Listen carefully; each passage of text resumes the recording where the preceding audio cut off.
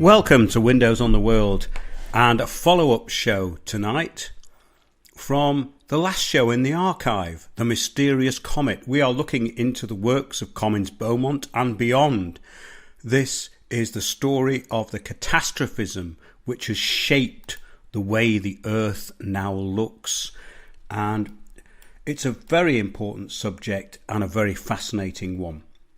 So in The Mysterious Comet, we started our look into how civilizations have been wiped out by cataclysms caused by comets. And of course, comets were worshipped and feared in ancient times. We've touched on that in the last few shows. I'm going to open this show with an article from scitechdaily.com entitled Comets Devastating Explosion over North America 1500 years ago caused extensive destruction. Okay, so this is by University of Cincinnati rather, and it was February the 7th 2022 when this article came out. And the question it poses is, did a comet's fiery destruction lead to the downfall of ancient Hopewell? Well, Hopewell was just named by the person who actually discovered it. We're talking about an ancient civilization here who were living in North America. Researchers at the University of Cincinnati find evidence of cosmic cataclysm 1500 years ago at 11 different ancient sites. The rapid decline of the culture, which we know nothing about, of course, about 1500 years ago, might be explained by falling debris from a near-Earth comet that created a devastating explosion over North America, laying waste to forests and Native American villages alike. The true tribal names of these people are not known. An unknown civilization here, completely wiped out by a comet. But whoever built this structure were part of a cultural golden age that flourished in this region from AD 1 to 400. So, this is an extremely good example of how civilization can be wiped out. And we're not talking about a big comet here either. And this complex they're talking about included the largest single earthen-walled enclosure constructed by these people who were called the Hopewell by the person who discovered them, encompassing over 110 acres. Within its walls was the largest burial mound the so-called Hopewell people ever built. Now, this is interesting when we look at the size of this thing after what we've said in the last couple of shows about what burial chambers might have actually been. The mound was 500 feet long and 33 feet high. How strange. An enormous triple-peaked mound surrounded by the low earthen wall that formed a smaller D-shaped enclosure within it. Art, astronomy, mathematics and engineering, the likes of which was seldom seen again, was produced by these people in eastern North America. So a pretty advanced culture. Researchers with the University of Cincinnati found evidence of a cosmic airburst at 11 Hopewell archaeological sites in 3 states stretching across the Ohio River Valley. That's how big an impact these things have on the Earth.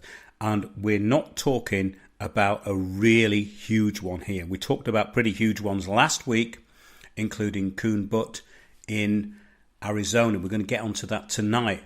And then we're going to lay out some really fascinating stuff from The Mysterious Comet by Comets Beaumont.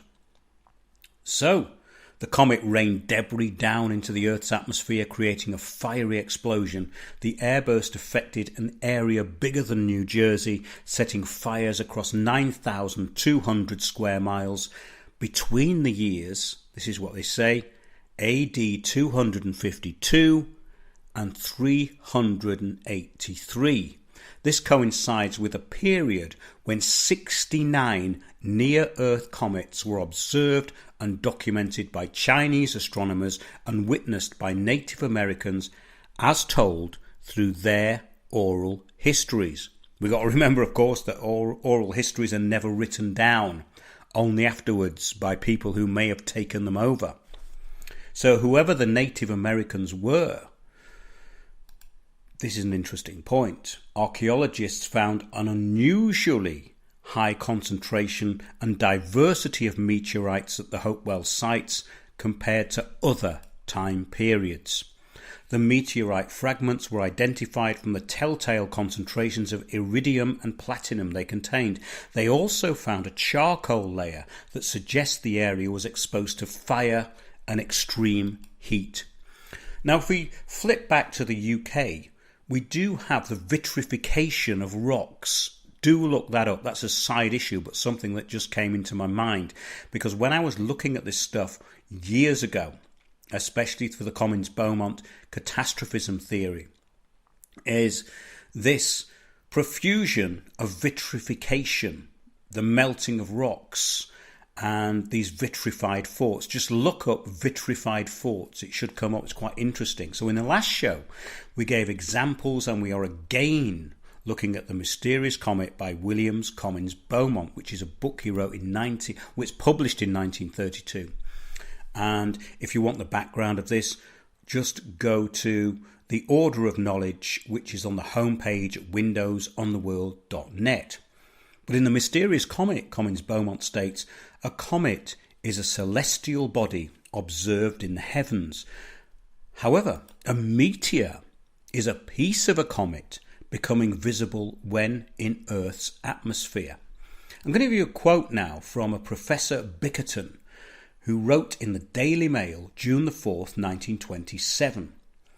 Optimists who imagine that we should suffer no ill effects from a collision with the head of a comet would receive a shock if such a thing actually occurred. Not one of them would be left alive to recant. Now, this Professor Bickerton is quoted in the book. I won't go into the full stories because you can read it yourself. It's The Mysterious Comet by Cummins-Beaumont. But he was later to lose his post after his speculation on the activities regarding the movements around the sun.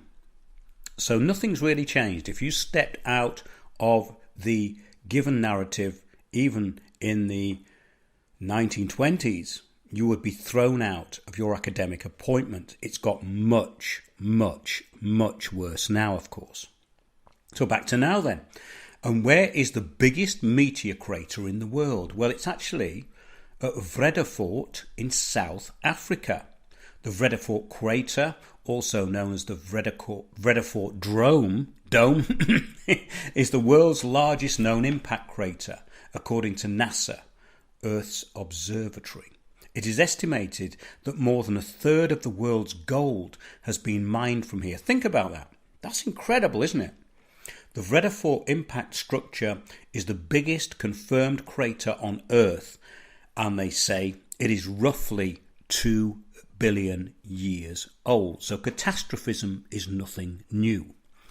There have been other huge crater and meteor impacts in recent times. Probably the biggest recent impact is Coon Butte in Arizona, which if you're looking at this, you will see a photograph of that crater. It's COONBUTTE in Arizona. The meteor formed a now extinct volcano with a cavity in the crater measuring 1 mile across. The crater is covered with fragments of meteoric iron, embedded in which have been found many microscopic diamonds. A mining operation in the early 1900s located an enormous mass of meteoric iron at 1,376 feet below the surface, and reliable estimates stated that it weighed at least 1,000 million tons.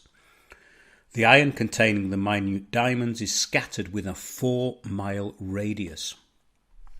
That was from the London Observer, September the 6th, 1925. I do love it when people give really good references. And in this particular book, Cummins-Beaumont lays them out. He lays out lots of different examples, which we can't go into here, but I would recommend you read the book if you're interested in this particular aspect of catastrophism, which really does appear to have shaped life on planet Earth and, of course, wiped it out. And it says samples of this body, which was the Coon-Butte meteor, were subjected to expert analysis, and they yielded, in addition to a number of small diamonds, get this, 1 ounce of platinum to every 5 tons with diamonds, very small diamonds. And this meteor struck Arizona desert in an oblique descent from the north, its crater originally being 1,150 feet deep. Now it is only 750 feet deep. The boring operations began in 1906 in the centre of the crater at a depth of 1,376 feet. The drill lodged into something very hard and solid, and it would not budge, and the working had to be abandoned. Professor H.L. Fairchild of Rochester University, USA, believes the meteor was formed of stony material and nickel iron. Among the stone, be it noted that limestone was included and is a huge limestone boulder on the eastern extremity of the crater.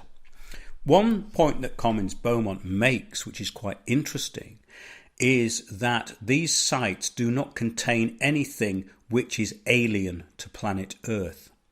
Which doesn't mean, of course, that there aren't things that are alien in places that we don't know about. But it's a very good point, and he makes this point in the respect of other things, which we'll get into later on, which is how life is transferred through these comets, and also plagues and pestilence. But Coon-Butte remains as an object lesson in science. Here we can find in all probability the last remaining core or nucleus of a once planetary body with its meteoric iron, nickel, platinum, carbon pockets of minute diamonds, its limestone, sand and other ingredients, a body trapped in its passage through space, drawn towards the sun, and by its weight descended into the earth. Sir Richard Gregory thinks it struck the earth probably in northeast by southwest. There is no known record of when the impact actually happened. That's the point. This Coon-Butte crater is huge, and it would appear to be prehistory. Coon-Butte shows the last remaining core of a once planetary body with its meteoric iron, nickel, platinum, carbon pockets of minute diamonds in its passage through space, drawn towards the sun. And Beaumont suggests that Coon-Butte should at all events dispose of this absurd idea that meteors are formed of grains or particles, which he goes into with certain professors making these statements, or that they are broken into dust when they strike the Earth's atmosphere, which had been previously stated. Another admitted meteor was the Siberian meteor of June the 30th, 1908. Now, just as a recap, in the last show we talked about the meteor in 2013, which was in Russia. So you can look at that in the last episode. That was also interesting in that it was pretty recently. So this Siberian meteor of June 30th, 1908 spread over an area of 70 miles or more. The destruction of the forests in the track of this body was complete, the trees hurled outwards from the point of contact with their branches stripped off by electrical current.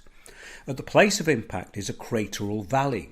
Russian accounts gave terrifying details of the natives outside the track of total destruction, and the explosions were heard up to 600 miles away. It was at any rate a meteor, and it buried itself in the alluvial soil.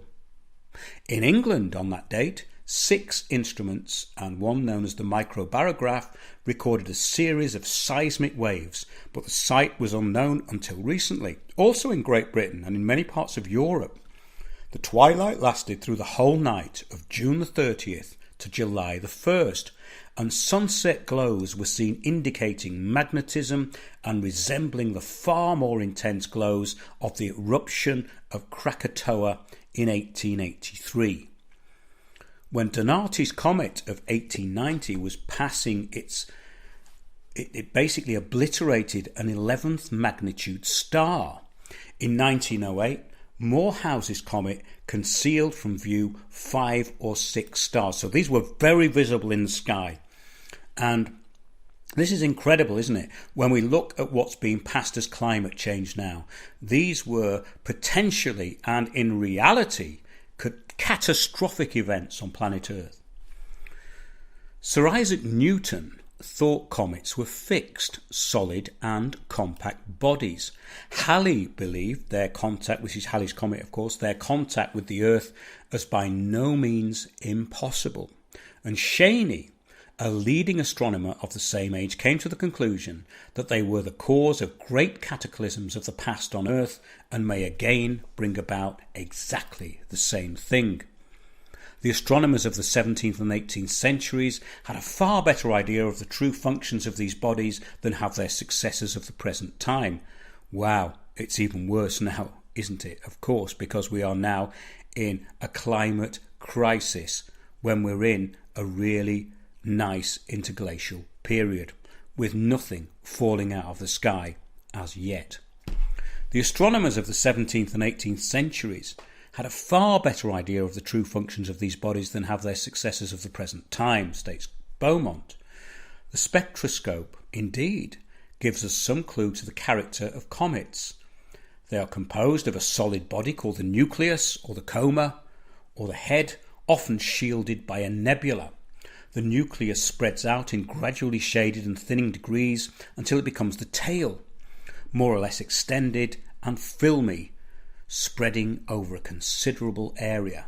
The spectroscope enables us to identify the gases known on Earth, mainly hydrogen, hydrocarbon, nitrogen, sodium, iron vapour, magnesium, calcium, the deadly blue cyanogen, and several others. These gases are identified by their colour and by their action, red predominating, but white, yellow, pink, blue, bluish-green and violet also present.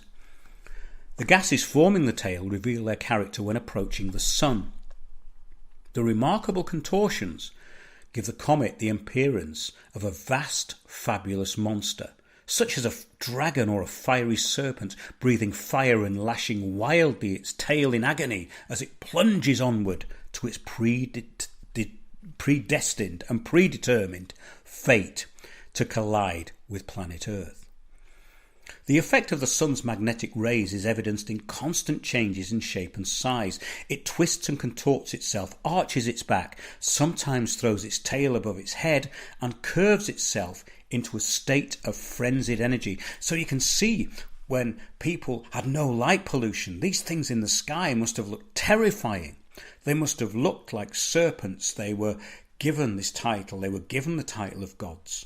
The comet supports the myths of sky dragons and, of course, serpents breathing fire. These alarming movements are actually caused by the solar influence upon the gases they contain. Hydrogen, for instance, is known to project in a straight line away from the Sun. Hydrocarbons assume curves and spiral form. Iron vapour produces a pronounced curve near the coma or nucleus.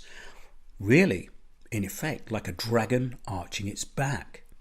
In some comets, the tails are limited and a nebula surrounds the nucleus. Sometimes again it adopts a fan-like form, like the tail of a hawk or eagle. This could be the winged globe, the symbol of the Egyptians, the Phoenicians and other ancient civilized races who studied astronomy.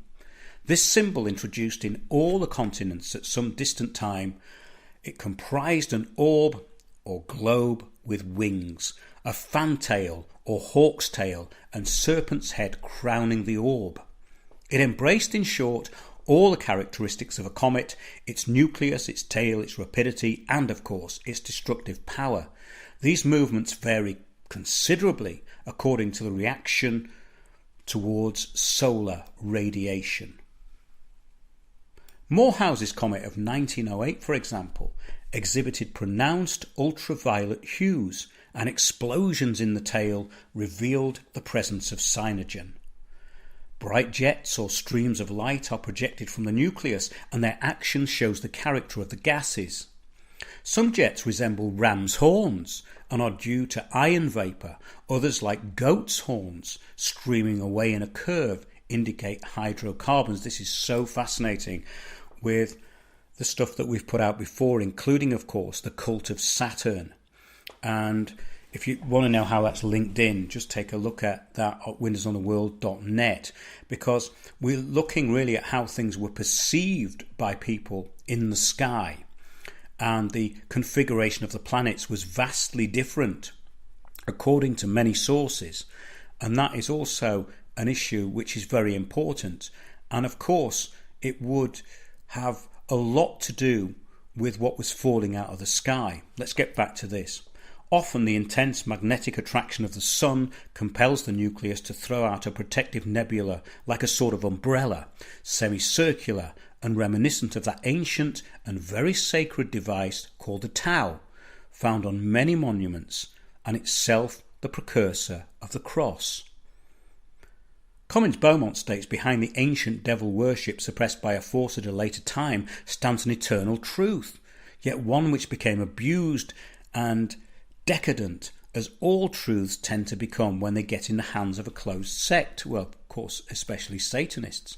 The ancient symbol of the comet, known later as the devil or the old devil of Revelation, was a great serpent flying in the heavens.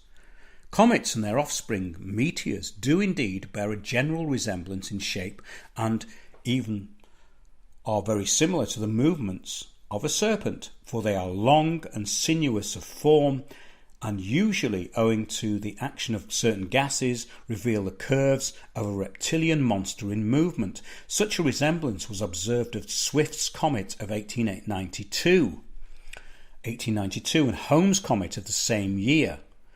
Biela's comet was described as like a great red serpent. These are the examples he gives. Comins-Beaumont gives many examples in his book, The Mysterious Comet, which we haven't got time to go into, but he usually prefaces what he's going to say with these examples. So it's worth looking at the books if you want more of that background. There was the Pons-Winecke of 1858 also, and Donati's comet of the same year.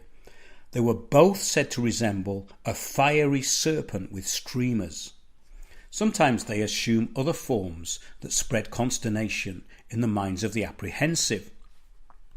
Hevelius of the 17th century drew sketches of the comets observed by Pliny the Elder, of course, and these included such figures as discs, upright cones, horses' manes, torches, swords, spears, and even bearded faces. So we can see what these things look like in the sky. If you can imagine a world without any light pollution, and we're looking up to the sky every night, this must have been a terrifying thing to see. And of course, the catastrophes that were created would have meant that appeasement to the sky gods, to primitive people, would be a very good idea. And we brought this up, of course, in our show all about the order of knowledge, and you can find that at wondersontheworld.net on the homepage, the order of knowledge. It ties into catastrophism, why these stone shelters called dolmens were built, and in a way, why what we were talking about earlier was built, because we're talking about this prehistoric mound that was built. How do we know that it wasn't a shelter? I'm going to come back after a couple of minutes with lots more interesting stuff. I'm just going to have a bit of a break. So let's have a listen to... Oh, what we're going to listen to? Okay, let's listen to Magna Carta. Okay.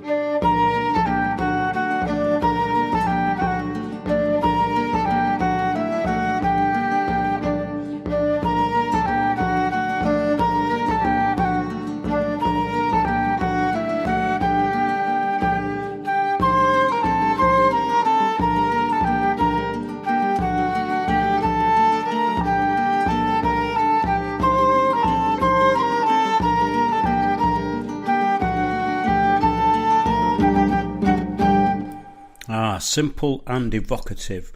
That's from the soundtrack of The Heretics of London, the Smithfield Martyrs. You probably knew that if you're a regular listener.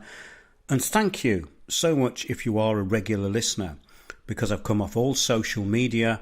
I do not promote the show anymore. It is for the select few who actually appreciate this information. And it's absolutely wonderful, really, because I did a show the other night with William Henderson, and he's got a YouTube channel, and it's quite a long title, actually.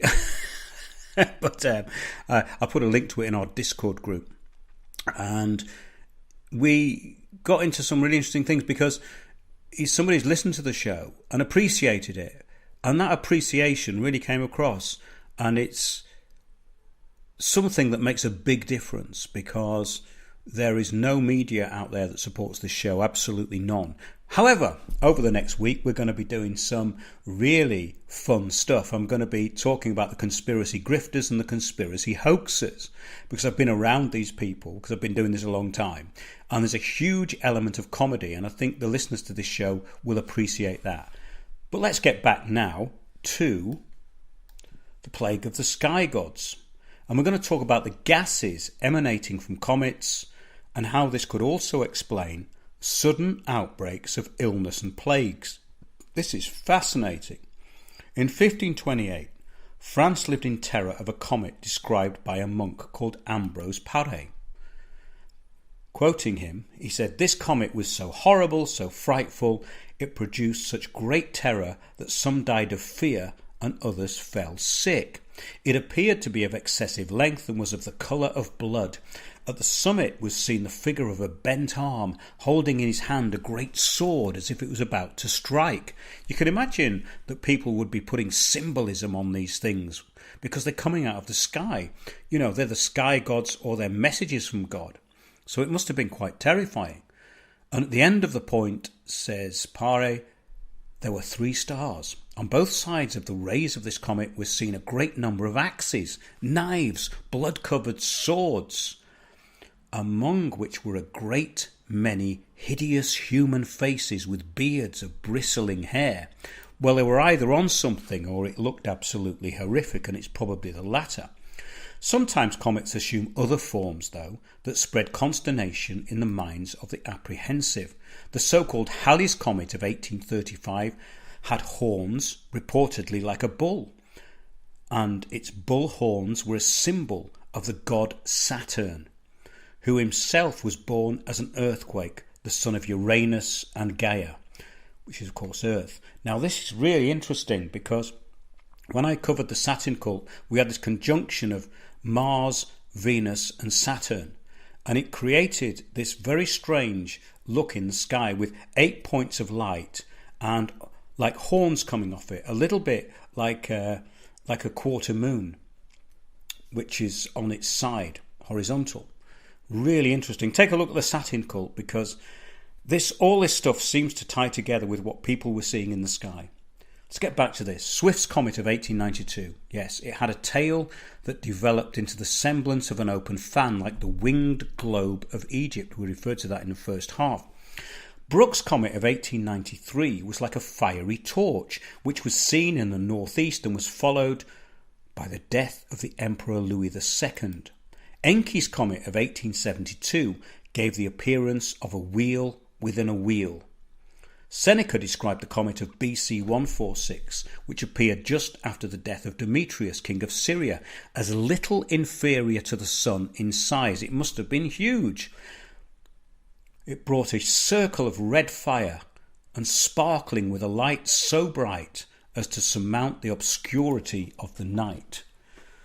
The comet that menaced Jerusalem, according to Josephus, who was the Jewish Roman historian, this is when Titus was sieging Jerusalem, was called Xiphias because its tail resembled the blade of a sword, probably the reason being that it contained hydrogen.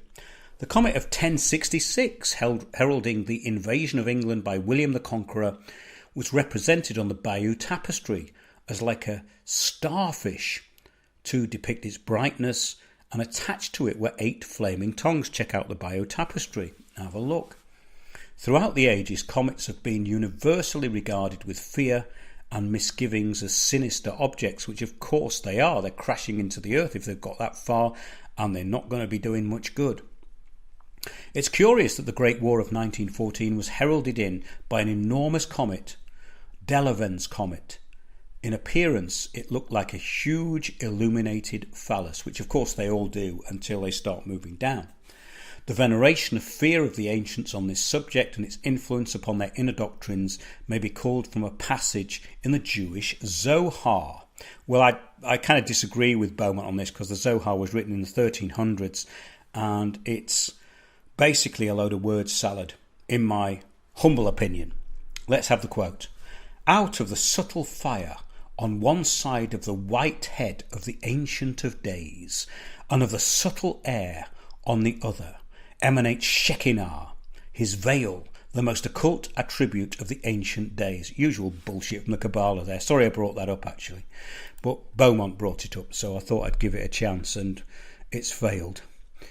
The Shekinah, of course, yes, the divine intercourse of the universe, male and female combining and all the rest of it. Doesn't make any sense. The Ancienter is the concealed of the concealed, states Beaumont. I don't know why I put that in, but it seemed to be important at the time. The cranium of the white head has no beginning, but its end has a shining reflection and a baldness. I think that's the concluding ideas of the Zohar, which was written in the 1200s but is attributed to being from 200 AD. Whether this be reference, says Beaumont, to the cometary power or not,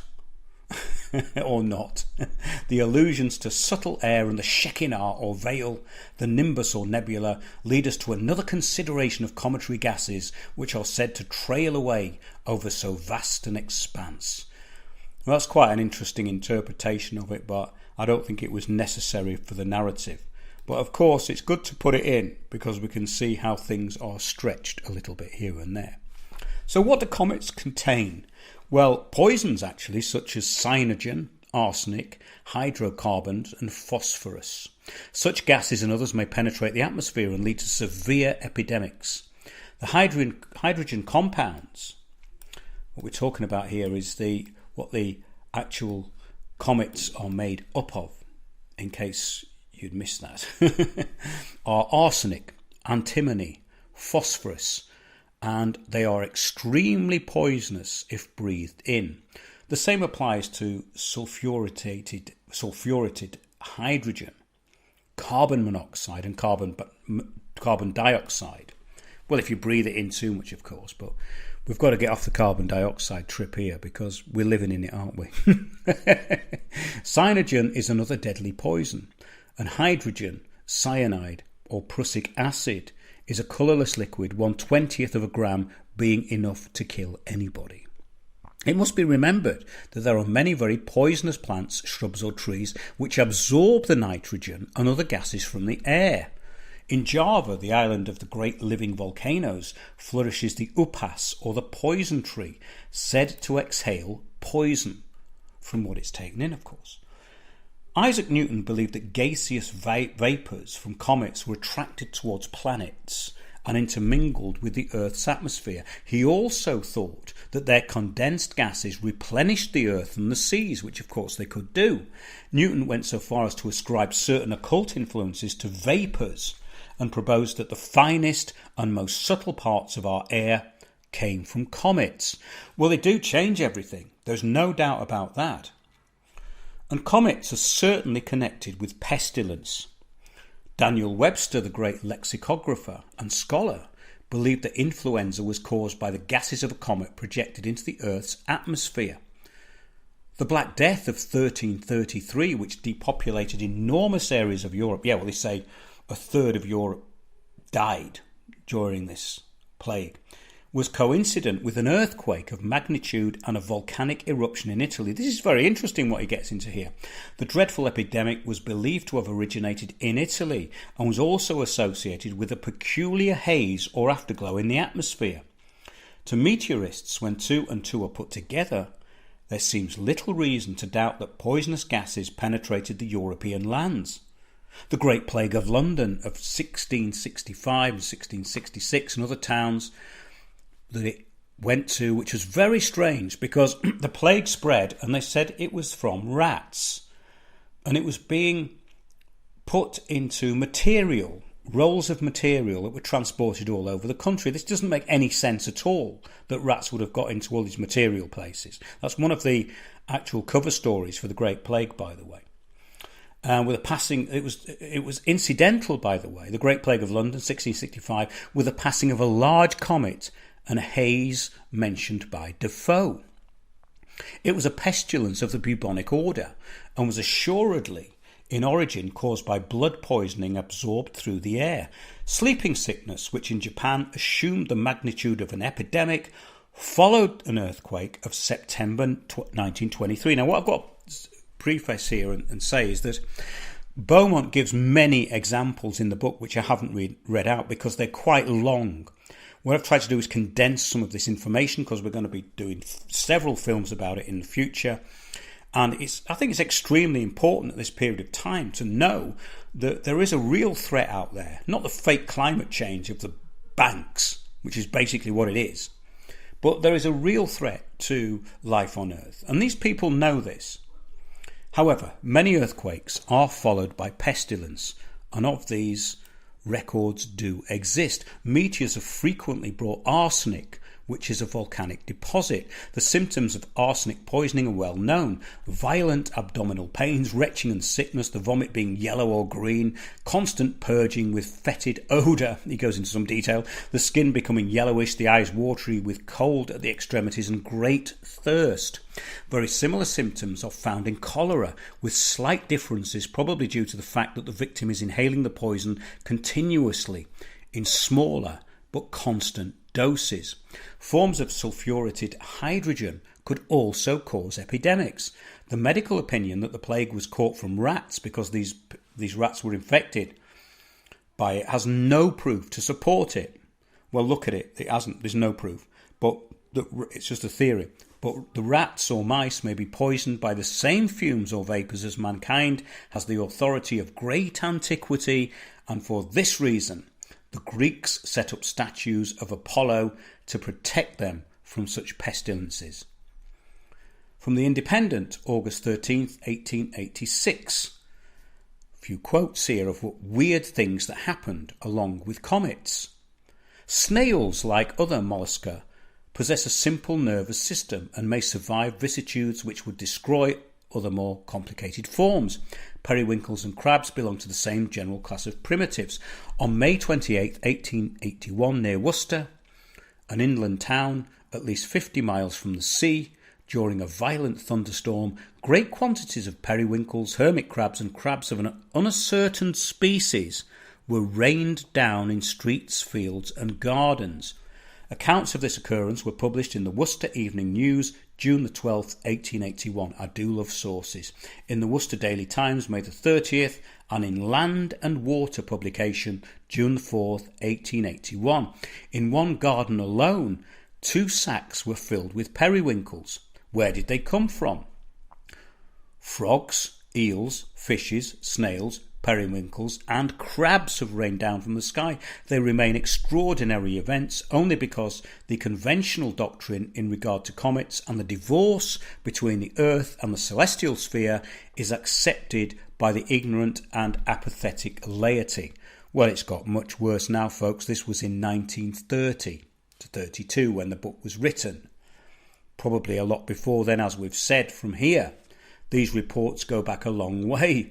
These events in May 1881, for instance, coincided with other somewhat significant phenomenon. A great comet approached the Earth in 1880 and was followed by another in 1882 and yet another in 1887. They were in each case twin or tandem comets and came from the direction of Sirius, that star regarded by the ancients as so sinister and frightening. In 1880, a year marked by intermittent heat waves and big thunderstorms, England, northern France and North America experienced a curious invasion of big black flies. On August the 18th, 1880, the town of Havre found long black flies everywhere. Millions of them fell in the streets and on the houses of people that couldn't believe what they were seeing. In the harbour, on the sails of ships, were precipitated also these flies. Pilot boats entering the harbour from the Channel were black with them. They'd come over from France. They were exhausted flies which fell when touched and could not move when picked up. Most of them fell into the water or were swept there, and this great mass perished. This is from the Journal des Bats, Paris, August the 20th, and the Daily Telegraph, London, August the 21st. And there is so much more in this volume, so much more. I'm very impressed with this book, and it's tied in with so many things. He even quotes Charles Fort, the great archivist, who wrote books such as Lo and the Book of the Damned. Buy the complete works of Charles Fort, and you will have a potted history of all these weird events that have happened, and this was only in the last 100 or so years. But of course, it's great that Charles Fort gets a mention because he made up some brilliant quotes. He actually said, "The earth is a farm. We are someone else's property." How did he know that? So, getting back to Collins Beaumont, he says the introduction into the atmosphere of living units which appear to be associated with cometary phenomenon is what he was talking about. In other words, stuff that fell out of the sky with these comets. There is so much to get into here. The plagues of Egypt, for example.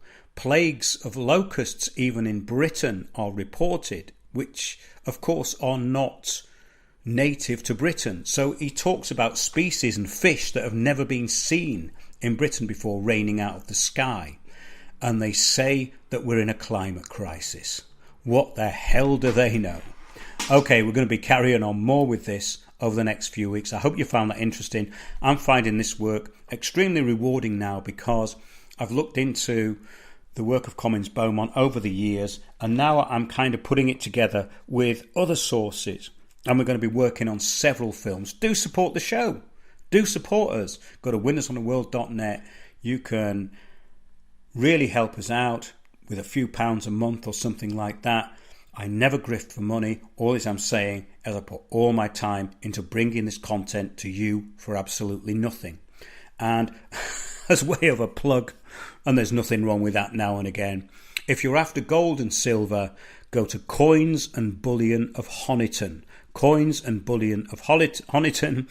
And I know this person. He's very good person who has helped the show out when I went over to the UK and supported Windows on the World completely. So I always support my friends. It's not a grift. It's just something that could be helpful if you're looking for gold and silver.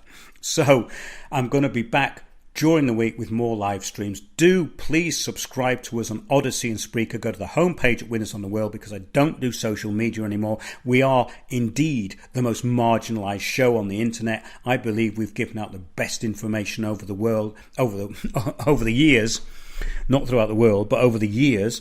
And the people who look back in the archive will be able to confirm that. So thank you to all the loyal people who support the show, and see you soon on Windows on the World.